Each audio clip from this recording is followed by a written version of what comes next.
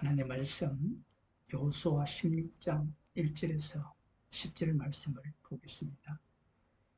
구약 성경 344쪽입니다.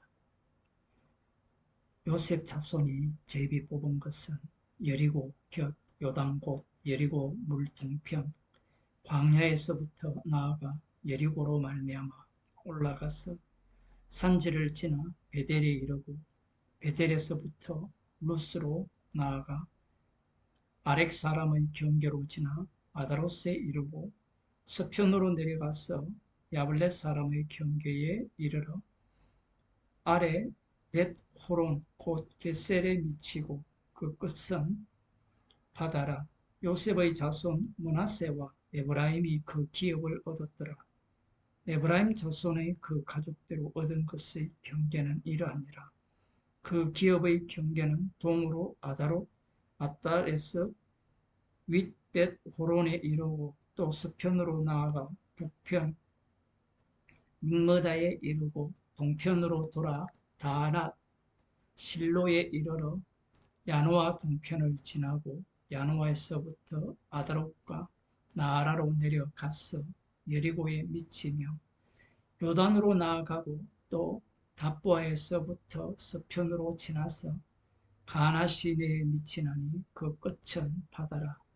에브라임 자손의 지파가 그 가족대로 얻은 기업이 이러하였고 그 외에 므낫세 자손의 기업 중에서 에브라임 자손을 위하여 구별한 모든 성읍과 촌락도 있었더라.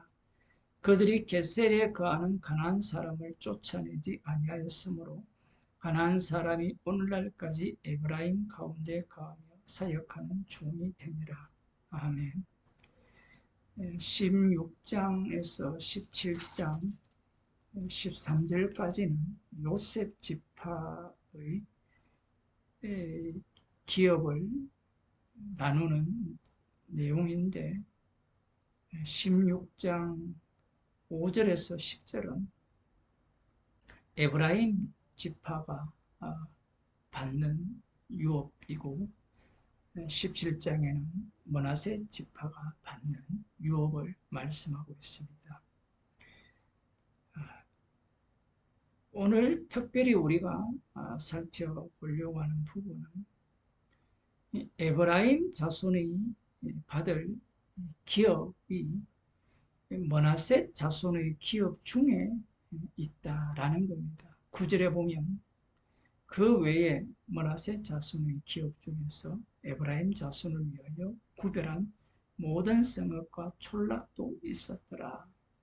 우리들이 한번 가만히 생각을 해보면 내 땅 안에 타인의 땅이 들어와 있어요. 가끔 그런 경우가 있거든요. 농촌에 보게 되면 내 땅 안에 타인의 땅이 들어와 나중에 돈을 주고 그 땅을 사는 경우가 있는데 지금 하나님의 주신 기업은 마음대로 바꿀 수가 없습니다. 이상하게도 하나님께서는 에브라임 자손에게 주시는 그 기업은 므낫세 자손의 기업 중에 있다라고 말씀하심으로 말미암아 문제를 야기시키는 그 원인을 제공을 합니다. 마치 에덴 동산에 선악과를 만들지 않으시고 만들더라도 검령을 내리지 아니하시고 아니면 뱀을 만들지 아니하시고 아니면 요한계시록에 나오는 하늘에서의 그 전쟁 중에 마귀를 곧장 제거해 버리지 아니하시고 땅으로 내려가서 그 권세와 영광을 다 갖게 하시지 않았다면 얼마나 좋겠느냐라는 생각을 성경을 읽는 사람이라면 누구나 하고 있고요. 성경을 읽지 않고 예수님을 믿지 않더라도 외부에 있는 사람들조차도 조롱하며 비아냥거리죠. 무슨 하나님이 그런 하나님이 다 있느냐. 여러분들이 성경을 읽어보면 하나님은 참 부실합니다. 그래서 철학자들이 말하는 신은 우상이에요. 그 철학자들의 영향을 받아서 이 기독교 신학이, 조직 신학이 만들어지면서 그 신론을 보게 되면 우상신을 만들어 놓았습니다. 어쨌든 하나님을 변론해야 되고, 하나님은 완전하셔야 되고, 죄를 짓지 않으셔야 되고, 성경을 읽어보면 마귀를 하나님께서 만드셨잖아요. 뱀도 만드셨고. 창세기 48장에 보면 이 에브라임과 므낫셋이 장자권이 바뀌는 장면이 나옵니다. 48장 1절에 보면 이 일 후에 혹이 요셉에게 고하기를 내 부친이 병들었다 하므로 그가 곧 두 아들 므낫세와 에브라임과 함께 이르니 혹이 야곱에게 고하되 네 아들 요셉이 네게 왔다 하며 이스라엘이 힘을 내어 침상에 앉아 요셉에게 이르되 이전에 가나안 땅 루스에서 전능한 하나님이 내게 나타나 복을 허락하여 내게 이르시되 내가 너로 생육하게 하며 번성하게 하여 네게서 많은 백성이 나게 하고 내가 이 땅을 네 후손에게 주어 영원한 기업이 되게 하리라 하셨느니라. 내가 애굽으로 와서 네게 이르기 전에 애굽에서 네게 낳은 두 아들 에브라임과 므낫셋은 내 것이라. 러우벤과 시몬처럼 내 것이 될 것이요. 이 창세기 28장에 나오는 하나님의 축복을 바로 요셉이 낳은 두 아들 므낫세와 에브라임을 이스라엘의 아들로 삼게 됩니다. 에브라임과 므낫셋이 장자죠.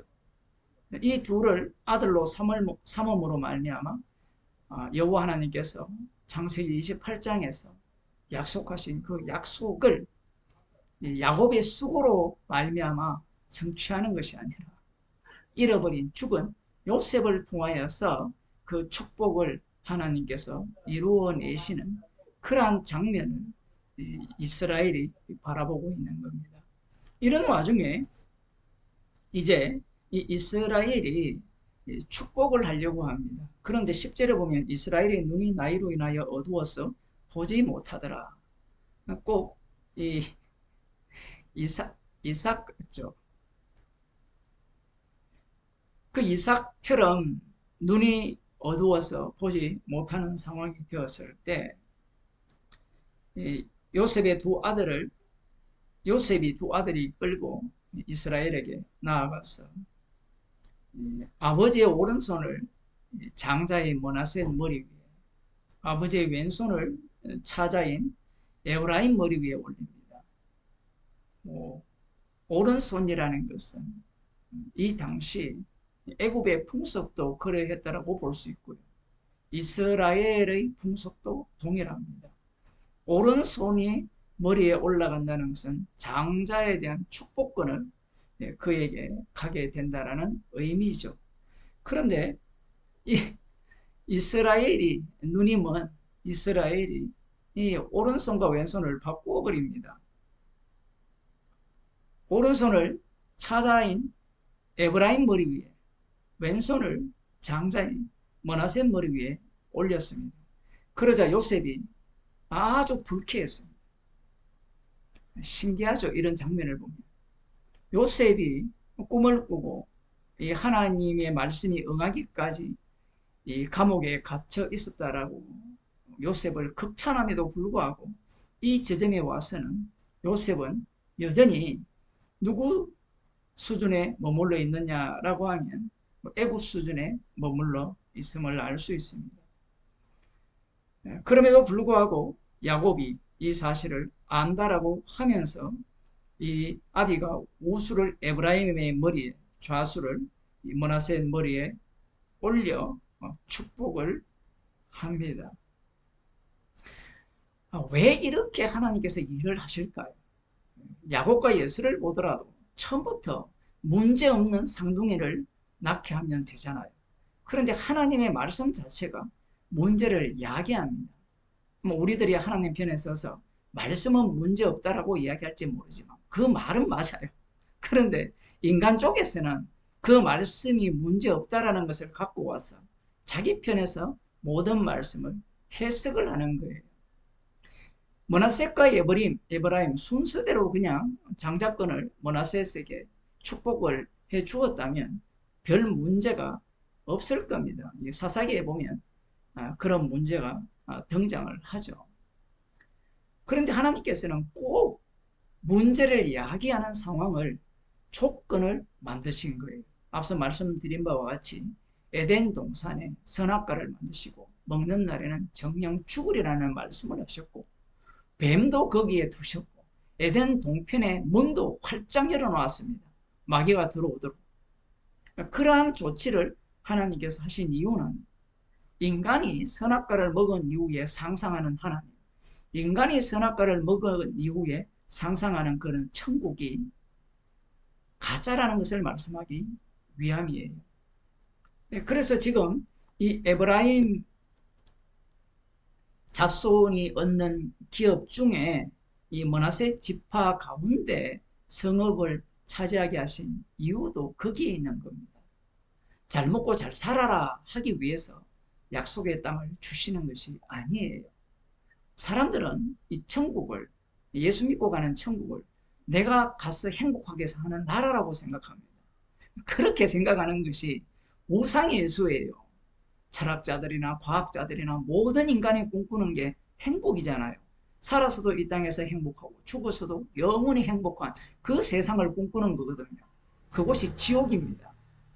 그 지옥을 맛보려면 절간에 가보세요. 극락을 아주 멋지게 잘 그려놓았습니다. 그런 세상이에요.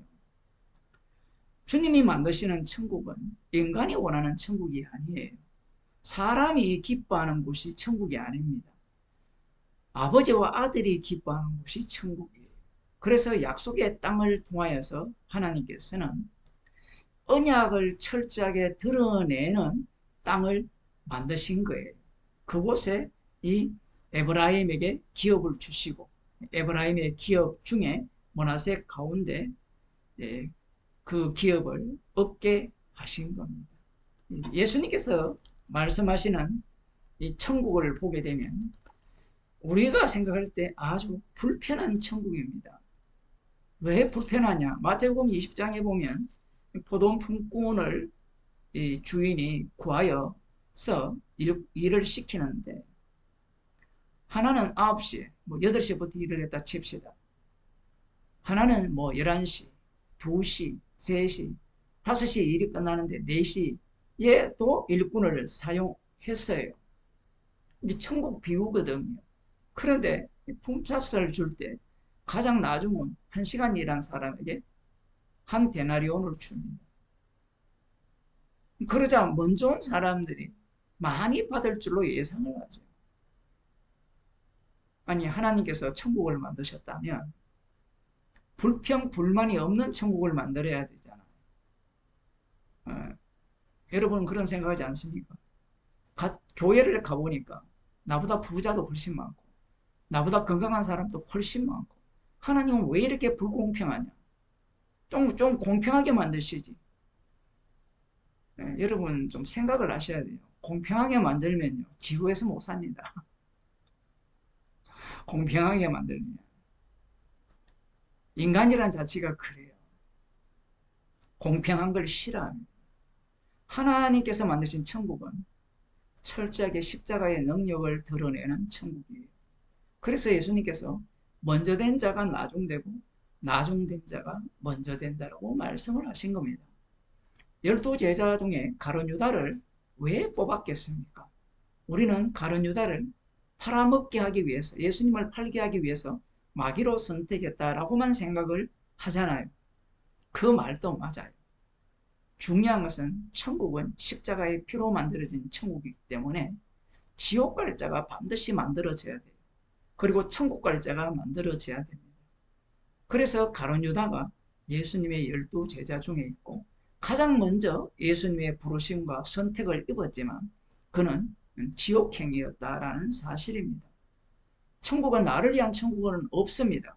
십자가의 피공로를 자랑하고 그 피로 말미암아 우리에게 주신 그 사랑으로 말미암아 감사하는 자가 주님의 백성입니다. 기도하겠습니다. 하나님 아버지, 우리를 세상 속으로 넣으셔서 세상으로부터 미움을 받게 하셔서 주님의 증인으로서 양자된 자로서 맏아들을 증거하는 증인으로 살아가는 감사하는 주의 백성이 되게 하옵소서. 어려운 환경과 힘든 환경과 도무지 받아들일 수 없는 그 모든 환경이 오히려 주의 이름을 온전히 드러내게 하기 위한 환경임을 감사함으로 받게 하여 주옵소서. 예수님 이름으로 기도드리옵나이다.